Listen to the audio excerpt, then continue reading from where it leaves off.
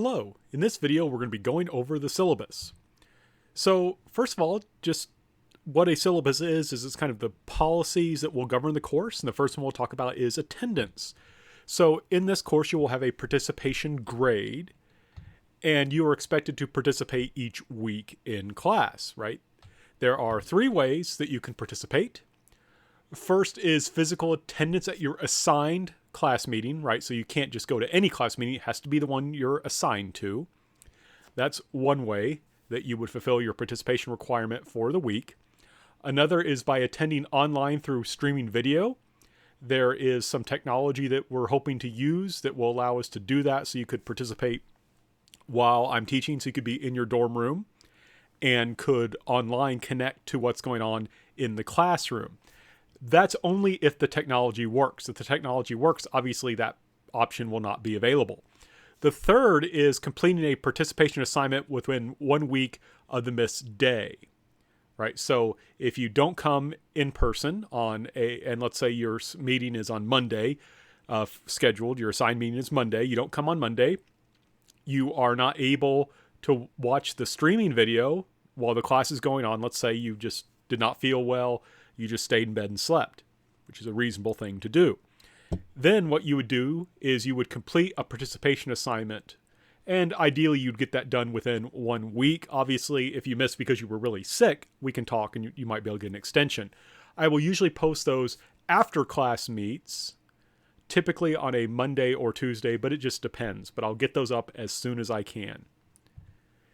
If B does not work, right? If you're not able to attend online through a streaming video because for whatever reason the technology doesn't work, you would just need to complete C if you were unable to attend physically. I cannot stress this enough. If you are sick or think you might be sick, please do not attend class, right? Please use option B or C. If you have any suspicion that you're ill, do not take option A. So a few policies regarding COVID-19. Students are highly encouraged to social distance. So I'm going to encourage that in the classroom. I'm not going to be heavily policing that because, you might be taking a class with your roommates and you may be comfortable sitting with only a seat between you or something like that. So I'm not going to be policing that so much. I am going to be highly encouraging it though. However, you are required to wear masks or other face coverings at all time, so long as they meet that requirement of face coverings in accordance with Lander rules and state law. It's important to note that Lander is a public university, so in particular, we're very strict about following the law, which I think makes sense. So it's very important to do that. Students who do not follow these rules can face honors code violations and other sanctions as deemed appropriate. Now, one thing I want to stress again, if you're in class and someone's not wearing a mask, that doesn't mean it's okay not to wear a mask. What I probably have done is I've filed a report on that student, and they will receive a visit from the CARES team to discuss why they're not following state law. So don't be, too disturbed if someone is not complying. Though, of course, you are welcome to bring that up with me privately if you think I didn't notice it or something like that. As a general rule, we want to make sure that people follow the rules, but we also don't want to cause embarrassment or other issues. But the key thing is wear your masks or other face coverings. If you don't, you can face very serious sanctions. And again, I want to stress this again. If you are ill or suspect you are ill, please do not come to class. Because of COVID-19, I will not be meeting personally with students in office hours, so I will be having virtual office hours. Please see the schedule. I'll get that up on the schedule. Talk about the one that's uploaded on Blackboard for the hours. If you cannot make my scheduled office hours, I'm also available by appointment. Right, so there's the scheduled office hours when I'll be having it looks like I'll be using Microsoft Teams. I'll just leave that on. You can come for that, but I'm also available by appointment. So to talk a little bit more about attendance, if you fail to participate in multiple weekly sections, you'll start receiving a minus 10 point penalty to your participation grade for each session after the second. So let's say you come to weeks 1 and 2, you do A, B, or C, But then week 3, you don't do any. Week 4, you don't do any. And then week 5, you don't do anything. Starting with week 5, you would lose 10 points, right? So you got to do either of those options. You have basically 2 weeks where you will not be penalized for not doing your participation assignment. Starting with that 3rd week, you will have a minus 10 point penalty to your participation grade. That's out of 50 points per session. So keep that in mind.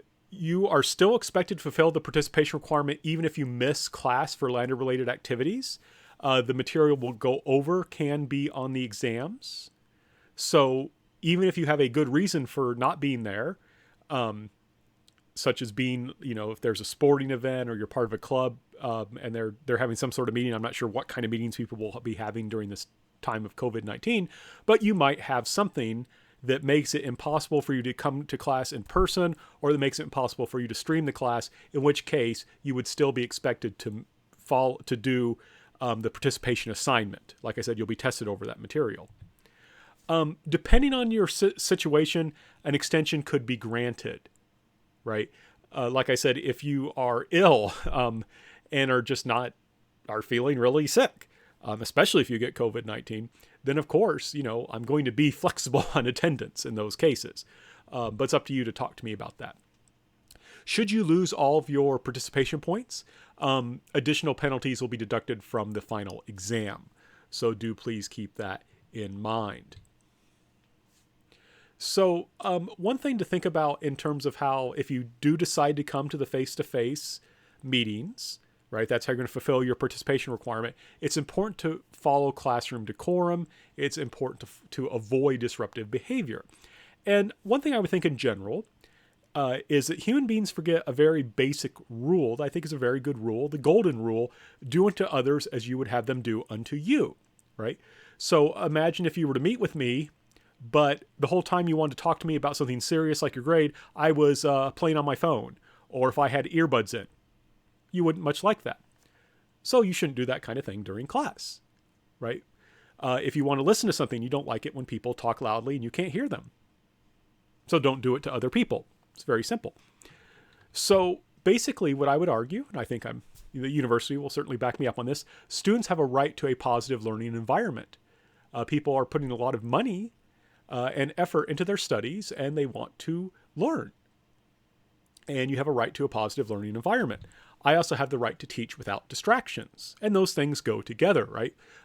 If I'm distracted because someone's doing something weird in class, I'm not going to be teaching at my best, and that's going to impact people's ability to learn. So you have a right to learn. I have a right to teach. And disruptive behavior is therefore not allowed, because it impugns on someone's ability to learn. It impugns on my ability to teach, and thus for people to learn. And the judgment call is mine. If I consider it disruptive, it's disruptive. Now, for the most part, this isn't too much of an issue, but it is something I do need to go over. So for people who do engage in disruptive behavior, that can result in a penalty to their grade, to their participation grade, removal from class for the day. I may say, please leave. Or if it's really bad, removal from the course as a whole. Right, so that's something important to keep in mind. So I think it's important to give you some examples of disruptive behavior. Sometimes people don't realize that what they're doing is disruptive. We have different opinions on this matter and things like that. Like I said before, I'm the one who has the authority to decide what counts as disruptive behavior. So it's important to stress what I consider disruptive behavior. Reading newspapers or other books, right? That's openly saying to people, hey, this isn't important what that guy up there has to say. I don't care. And I'll let other people know I don't care. Right? So that's disruptive, right? It's disruptive when I'm talking and I see someone just openly not paying attention and saying, hey, I don't care if people know whether or not I'm paying attention. Using electronic devices, including smartphones or earbuds. I'll talk more about that later. Doing homework from other classes. Chatting in class, making loud noises. If you have a question, it's better to ask me, not to ask your neighbor, because what happens is when you ask your neighbor what I just said or about something else, I continue talking, you miss what I said, and you fall even further behind. Putting your things away before class is dismissed. I'll have people sometimes put things away like 5-10 minutes before class is supposed to be over, but I'm still going over material that could be on the exam. That doesn't make sense. And it becomes very loud if you have 10 or 15 people doing that all at once. In addition, sitting on desks or tables or placing your feet upon them or chairs, you're walking outside, who knows what you step in, and then you put your feet where people put their hands, right? So that can be very messy.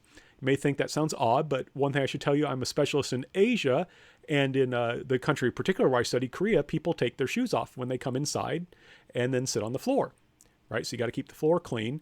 Well, your hands and so forth, sometimes people will, have their hands on the desk. You don't want to get your feet there as well. And of course, when you're in a posture where someone's sitting back and putting their foot on the table, that is signaling, hey, I'm not really here to learn or to participate. I'm just here to kind of rest. Using fidget spinners or knitting or other such activities, that may seem really weird to have on there, but I want to stress this stuff on my list is here from personal experience. Some well-meaning counselors will tell students, hey, if you have trouble concentrating, you should try knitting because then your hands will do something that will help you pay attention. It also prevents you from taking notes, which is a problem. And I find people that try and do that just aren't engaged, so do not do that. Speaking in a disrespectful manner or engaging in threatening speech or behavior. There's only really been a couple times when I ever was really, really angry at a student, and it's because they were disrespectful to other students. It's very bizarre to me. It's important to respect each other. So one thing I want to stress, all these acts are not only disruptive in the sense that they distract me and your fellow students, they also hurt the person engaged in them, right? So for example, I had a student, and this guy just, I guess, wanted to listen to music while class was going on and was always having his earbuds in. And I would take off the penalty and tell him, hey, you can't do that. And his solution was to wear a hoodie or to wear a hat and try and hide them. And of course, sometimes he'd forget and take it off, and then he'd get the penalty again. And he ended up with a D in the class. I guess he sure showed me, right? If you're coming to class with the assumption that, hey, this is going to be boring, I better listen to music, you're setting yourself up to fail. I say putting things away before it's time to go. Like I said, class is still going on. What you're saying is, I really hate this class. I want to get out of here as soon as possible. And I don't care what the professor and other people, I don't care if they know that. It's important to avoid that kind of thing, especially because this is supposed to be getting you ready for being out in the working world where you may have to sit through very many boring meetings. And if you do that, you're signaling to your boss that you don't really want to be here, and you may not be there because you'll lose your job eventually over things like that. Typically, when people engage in kind of disruptive behavior, it has to do with electronic devices. So it's very important, I think, to give that extra attention. So the use of smartphones, iPads, laptop computers, MP3 players, earbuds, even if only in one ear or even if the ears are covered, and other such electronic devices is not allowed during class. Appearing to use such items will result in a penalty of -5 points to the offender's participation score for the first offense, to be doubled each instance thereafter. So -10 for the second, 20 for the third, and so on. So it's very important to follow this, right? To be respectful. I'm kind of struck at how people will just, in conversation, just pull out a phone and start looking at it. Will listen to earbuds while they're trying to talk to me or whatever. And to me, that's just not polite. I was out mowing the lawn this morning. A neighbor walked by and wanted to talk to me, and I took my earbuds out so I could actually hear what he was saying. And I think that's just a polite thing to do. So that's important to keep in mind. I should also point out, like I said, college, a big part of it is training for the professional world. If your boss wants to have a conversation with you and you refers to take out your earbuds, that's going to be a problem. So, however, now here's the fact of the matter is that you might be in a situation in which you need to be reachable. You may have a sick family member who's dependent on you. In that case, please let me know ahead of time that this is your situation. You don't have to describe the situation. Just tell me you're in such a situation where you need to be reached. Set your phone to vibrate, sit near the door, and if your phone vibrates and it's your family member, then leave. Then you can leave and go take care of that problem. This will let you come to class when you need to be on call. Please don't actually answer the phone or text in class. Please, just have a quick look, keep it, put it away, vibrates, look at it. If it's the right one, then leave. And just let me know ahead of time. You can record during lecture sections of the class. However, the electronic device needs to be placed in front and collected after class. if it is a smartphone. So if you want to use your smartphone to record the class, you can do that so long as it's in the front, like on a desk in the very front away from you, so it doesn't confuse people and they think you're on a phone. Or it must be, or if you sit in the first 3 rows of class, it can be like a MP3 recorder. I should point out, though, I'm not responsible for lost, stolen, or damaged devices. And one thing I should point out, if you're like, I don't like all these rules, I don't want to have to follow these, I want to be able to text or whatever, then don't come to class, right? Stream or do the participation assignment, right? You don't have to actually come to class physically to fulfill the requirements for weekly participation. So you can have other options. So it doesn't make sense to come to class and do these things. You don't have to. I'm going to go through these next policies very quickly. We have an academic honor code and plagiarism rules. Lander University is relying on all members of the academic community to maintain proper standards of honesty. You're responsible for understanding the possible consequences of violating Lander's academic honor code, which is, I will strongly uphold the academic honor code, and any evidence of academic dishonesty or plagiarism will result in my pursuit of the strongest punishment, i.e. failing the course, under the guidelines explained in the Lander University Student Handbook. Changes to the syllabus. This material here, I reserve the right to make future revisions to the syllabus, so I can change the rules basically as we go on if I need to. Disability service and accommodations. So if you believe that due to a disability you could benefit from academic or physical accommodations, you're encouraged to self-identify to the Office of Disability Services. Confidentiality will be observed in all inquiries. Course instructors support student accommodation requests when an approved notification from the Office of Disability Services has been received, and when students discuss the agreed upon accommodations with the instructor after receipt of an approved letter, and there's the contact information. So basically, they don't tell me what the nature of the disability is. They just tell me this is the accommodation the student gets. It has to be through them. So, I had a student tell me, well, I have this issue, so I have to use a laptop in class. And I'm like, well, that's nice. That's you telling me that you need to go through Disability Students Services and Accommodations if you want to be able to do that. And they ended up not needing it. So there you go. The primary, and I just want to stress, I can't give you accommodations unless you go through Disability Services. Now, I do want to tell you that one of the major ones that they give is the ability to have extra time to take an exam. And that's very easy for me to give if you have the accommodation. So please do keep that in mind. Grade appeals. So I do give opportunities for people to raise their grade as much as possible. I always have people at the end of the semester ask me to bump up their grade for really no good reason. So I have this policy. All appeals for changes to grades must be made in writing. Email is acceptable. Individual meetings will not take place unless the written appeal is deemed sufficient. Requests for individual bonus assignments, the reopening of old Blackboard quizzes, or a change of grade based on such reasons as a need for a certain GPA to maintain a scholarship are unjust to other students and therefore will be rejected. My policy is if I have a bonus opportunity, it's available to all students. I don't give it to individuals. There's plenty of opportunities to raise your grade. You want to take advantage of those, but once the grades are in, they're in. Honor code. The Lander University Academic Honor Code may be found in the Lander Student Handbook. You're responsible for understanding the possible consequences of violating the code. Instructor illness. If I get sick and have to cancel in-person class meeting, students will be expected to complete option C to fulfill their participation requirement for that particular session, and this refers to a section in the print version of the syllabus. Students should regularly check email, especially the morning of classes, as how they will be informed of any such cancellation. So, I get up early in the morning. I feel terrible. As soon as I can, I'm going to get to the computer, email everyone and say, look, I'm not feeling well. We're not meeting physically in class. I'm going to get you the participation assignment up as quickly as possible, right? So you want to make sure to check email often so that way you don't show up when I cancel class. In addition, should I become ill or have to quarantine for an extended period of time, I will be sending out instructions through email. Our weather policy, I encourage you not to risk your safety traveling to campus if weather conditions are hazardous and prevent safe travel. If you miss a class due to travel conditions and the university is not closed, you're responsible for all material covered in class during your absence. When our classes are canceled, Lander will inform TV and radio stations, and we've also got a recording and it's listed on our website. But do not risk your safety traveling to a campus. If there's a weather issue, I will be happy to work with you. My understanding is students receive lots of Title IX training, so I won't go into all the details here, but the printed syllabus on Blackboard has our policy and who you can talk to if you feel that your rights have been violated. So assignments, as part of your grade, you're required to complete multiple assignments. Failure to submit these assignments by the deadline known in the schedule will result in a 2-point penalty for each day late. Papers submitted in an unreadable format will receive a 2-point penalty and will not be graded until uploaded in the proper format. Doc and DocX examples are readable format.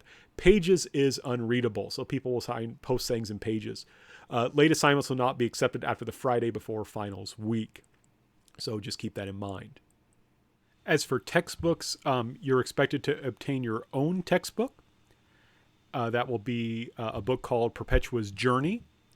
I've had students sometimes ask to borrow my copy, but I'll, of course, need that for grading. So please do make sure to purchase your textbook. It can be the print version. It can be the electronic version.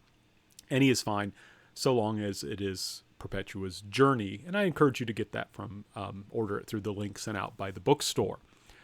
So do keep that in mind. I do try and make sure that the textbooks I use are inexpensive. I realize students are not made of money, but I do think it's important to read a text that I think is very fascinating, that tells us a lot about the ancient world in this case. If you are worried about money, one thing to consider doing is to split the cost with someone in your class. Now, in terms of Blackboard quizzes, there will be multiple quizzes to be taken on Blackboard based on the study guides. These will usually become available Wednesday afternoons and must be completed by 11:59 p.m. Sunday, the week they are assigned, unless otherwise noted in the schedule. So just keep that in mind. You just want to kind of get in the habit of doing those. Each quiz will consist of 10 multiple choice questions. Now, one thing I want to point out, these will be taken from a pool of questions, and they will be randomly assigned. And I do that in order to do my best to prevent cheating, right? People will be having to deal with different questions. You can't simply just, if everyone does the same questions, you just, have one person take it first, and then you just kind of rotate, and then you can just kind of figure out what the answers are. I don't like that. I want people to have to kind of figure these things out for themselves. I want you to study and to learn the material. So, like I said, there will be 10 multiple choice questions on the Blackboard quizzes. The quiz will be timed. You'll get 10 minutes for each quiz. So 1 minute per question. That is plenty of time if you know the information. The quizzes are open note, but like I said, you still need to study. You should review your notes before you take the quiz. You still need to study. However, working with someone else will be considered cheating, so please do avoid doing that. Right. But like I said, the quizzes are open note. There's nothing wrong with getting together with your friends, going over the notes together, having the same notes because you recopy them yourselves, but you should be taking the quizzes on your own. Now, if you have a technical problem or if you just forget to take the quiz, you can have up to 2 makeups for doing so. So you had a really busy weekend, you had a big chem test or something, you just flat out forgot to take the quiz. There are makeups for that. Up to 2. But I need to be informed of such problems by the end of the day, Wednesday following the quiz, in order to give the makeup. So if a quiz, for example, was due by 11:59 p.m. Sunday, I would need to be informed by 11:59 p.m. Wednesday. And the idea of this, I have to have some deadline because otherwise I'll have people skip quizzes for 8 weeks and then expect me to open up every single quiz for them. And that's just not the purpose of the quizzes. The purpose of the quizzes is to encourage people to continuously review.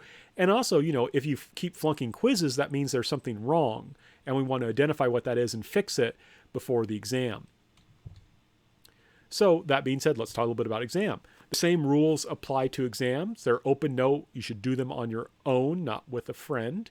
Like I said, they will be chosen from a pool of questions. They will be random. Only one question will appear at a time. I know that can be very annoying. I do that to minimize cheating, to make sure that the grades are where they're supposed to be. And one thing I should point out, what happens is if people cheat, if you have a few people cheating and it raises the average of the grade of the test artificially, and it makes me say, oh, okay, the test wasn't that hard, right?